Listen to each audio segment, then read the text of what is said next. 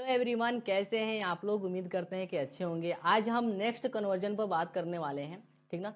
हमारा conversion number होगा क्या, 9th और 10th, यानी दो कन्वर्जन हम इसमें करेंगे। इसमें हमारा पहला है डेसिमल टू हेक्साडेसिमल और हेक्साडेसिमल से डेसिमल निकालना है, ठीक ना।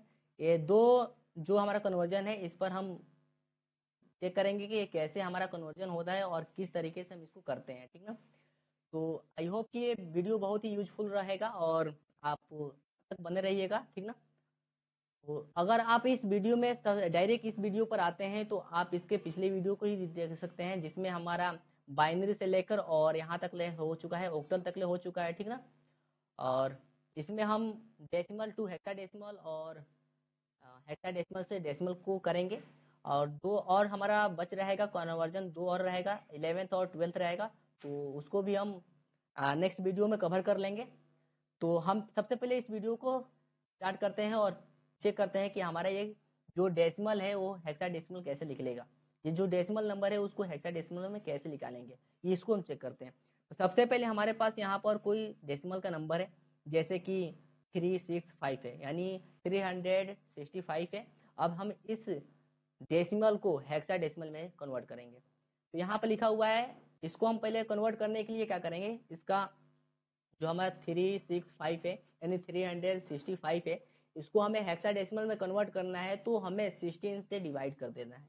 क्या करना है, 16 से डिवाइड कर देना है। वो कैसे होगा, सबसे पहले आपका क्या करिएगा, इसको जैसे कि यहाँ पर 3, 6 और 5 लिख लीजिएगा।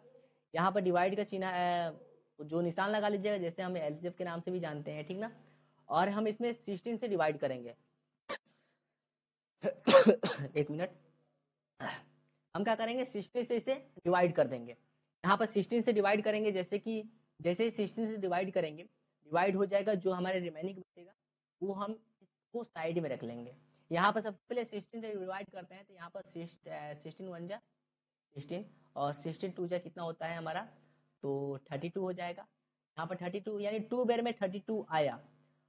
अब यहाँ बचे कितना, यहाँ पर देखिएगा, यहाँ पर 66 में से 62 को अगर माइनस करते हैं, बचेगा हमारा कितना, 4 बचेगा। अब उस 4 को यहाँ 5 के आगे लगा दीजिए, तो कितना हो जाएगा, ये 45 हो जाएगा। अब ये 45 हो जाएगा, तो हम क्या करेंगे, यहाँ पर फिर 16 से इसको हम डिवाइड करेंगे। तो इसको 16 से डिवाइड करेंगे तो हमारा डिवाइड नहीं होगा, आएगा कितना, तो 32 ही आएगा। तो उसको भी 32 हम यहाँ पर लिख लेंगे। यानी कितने बार में आया है, 2 बार में आया, तो मैंने यहाँ पर 2 लिखा। लेकिन अब यहाँ पर 45 में से 32 को माइनस करेंगे तो आंसर कितना आएगा, यहाँ पर देखिए, यहाँ पर 32 में से क्या है, सॉरी यहाँ पर एक मिनट, 4 बचेगा ना यहाँ पर, 4, ठीक है। यहाँ पर आप उसको माइनस करेंगे तो कितना आएगा, इसको चेक करिए, यहाँ पर आएगा 30, ठीक ना। इसको कर लीजिएगा, 13 आएगा। और ये आ गया, फिर हमारा आंसर बचा क्या है, यहाँ पर 22 आया। यहाँ पे आंसर बचा है हमारा 22। अब इस 22 में हमें 16 से डिवाइड करना है। हमने जब इसको 16 से डिवाइड करेंगे तो ये 1 बेर में आएगा, और इसमें हमारा रिमेनिंग बचेगा कितना, तो 6 बचेगा। अगर हमको 22 में से 16 को माइनस करेंगे तो हमारा यही बचेगा, 6 बचेगा। अब उसके बाद से हम इसको करेंगे क्या, हमको इसको इस फॉर्मेट में लिखना है, इसके तरह, यानी नीचे से ऊपर की ओर जाना है। जो हमारा ये रिमेनिंग वाला जो आया हुआ है, जो शेष है, इसको हमें नीचे से ऊपर की ओर लिखना है, ठीक ना। जैसे कि 1, 6 और 13 लिख देना है। अगर मैंने यहाँ पर 1 और 6 और 13 लिखते हैं, एक मिनट, इसको थोड़ा माउस से चलाने में दिक्कत होती है, ठीक ना।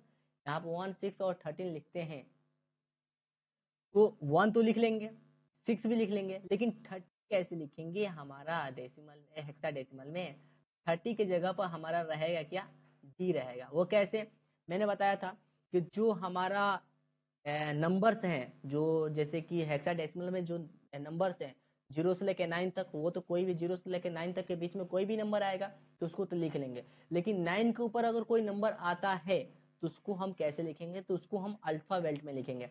जैसे कि 10 को हम लिख देंगे क्या, ए लिखेंगे, 10 को ए लिख देंगे, और 11 को बी, 12 को सी, और 13 को डी लिख देंगे। तो यही मैंने यहाँ पर 13 को क्या लिखा, डी लिख दिया, ठीक ना।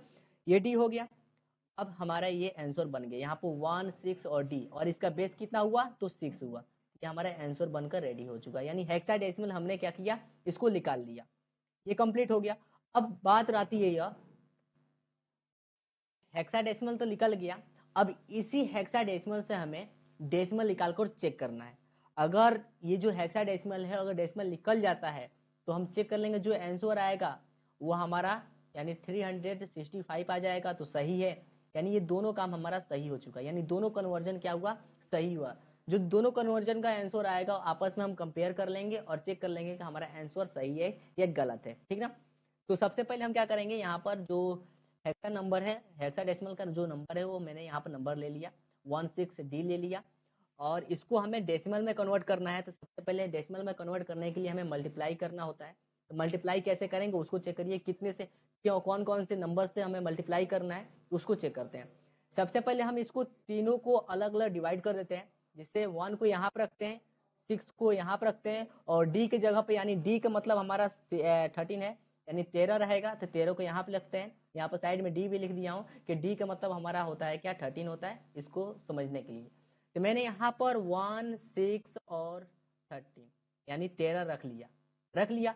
अब हमें करना क्या है, इसमें अगर हमें डेसिमल निकालना है तो इसमें हमें 16 से मल्टीप्लाई करना है।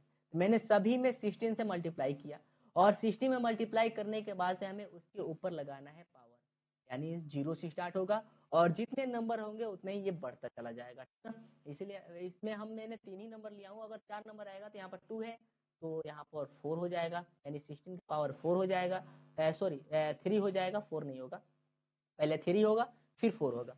यहाँ पर सबसे पहले हम इसको मल्टीप्लाई करते हैं, चेक करते हैं कि इसका आंसर कितना आता है। तो सबसे पहले हम 16 को 0 के पावर से मल्टीप्लाई करेंगे तो कितना आएगा, तो हमारा 0 यानी 1 आएगा, ठीक ना, यहाँ पर 1 आएगा। और 1 को मल्टीप्लाई अगर हम 13 से करते हैं तो आंसर क्या आएगा हमारा, तो 13 ही आएगा। ये मैंने प्लस कर दिया, 13 लिख दिया। उसके बाद से यहाँ पर 16 का मल्टीप्लाई 1 से करूंगा तो 1 आएगा, सॉरी 16 आएगा। और फिर 16 का मल्टीप्लाई अगर मैं 6 करता हूँ तो 96 आएगा। आप मल्टीप्लाई करके चेक कर लीजिएगा, ठीक ना। यहाँ पर 96 आएगा, ये हो गया। फिर मैंने यहाँ प्लस लिख दिया, और उसके बाद से यहाँ पर जो लिखा हुआ है 16 के पावर 2, तो यानी इसमें करना क्या है, हमें 16 का मल्टीप्लाई फिर एक बार और 16 से कर देना है। अगर हमने 16 का मल्टीप्लाई एक बार और 16 से करते हैं तो यहाँ पर आंसर आएगा 256 आएगा, यहाँ पर 256 आएगा। अब उस 256 से हमें 1 से मल्टीप्लाई कर देना है। तो अगर 1 से मल्टीप्लाई करेंगे तो वही आंसर आएगा, 256 आएगा, आ गया। उसके बाद से हमें करना क्या है, बीच में प्लस का निशान लिया हुआ है, तो सभी को हमें प्लस कर देना है। तो हम इन सभी को प्लस करेंगे तो हमारा आंसर क्या आएगा, 365 आंसर आएगा, जिसमें हम बेस लगा देंगे 10। यानी अगर हम जैसे ही 10 बेस लगाते हैं तो हमारा आंसर क्या बन जाएगा, डेसिमल का वो आंसर हो जाएगा, ठीक ना। देखिए यहाँ पर हमने बेस लगाया, जैसे ही बेस लगाया तो हमारा आंसर क्या आ गया, ये होगा। अब ये देखिए, इस आंसर को देखिए और इस क्वेश्चन को देखिए, सेम मिल रहा है कि नहीं मिल रहा है, यानी ये हमारा आंसर क्या है, सही है। अब देखिए यहाँ पे इस क्वेश्चन इस आंसर को देखिए और इस क्वेश्चन को देखिए, यानी एक जो क्वेश्चन है वो आंसर के बराबर है कि नहीं है, वो ये आंसर से मिल रहा है कि नहीं मिल रहा है, यानी क्वेश्चन जो आंसर है वो क्वेश्चन से मिल रहा है ना, यानी ये हमारा क्वेश्चन यानी आंसर है वो क्या है, सही है। तो आई होप ये वीडियो बहुत ही यूजफुल रहा होगा और समझ में आया होगा। समझ में आया होगा तो जरूर कमेंट में बताइएगा, और नहीं भी समझ में आएगा वो भी बताइएगा, ठीक ना। तो फिर मिलते हैं नेक्स्ट वीडियो में, तब तक के लिए थैंक यू।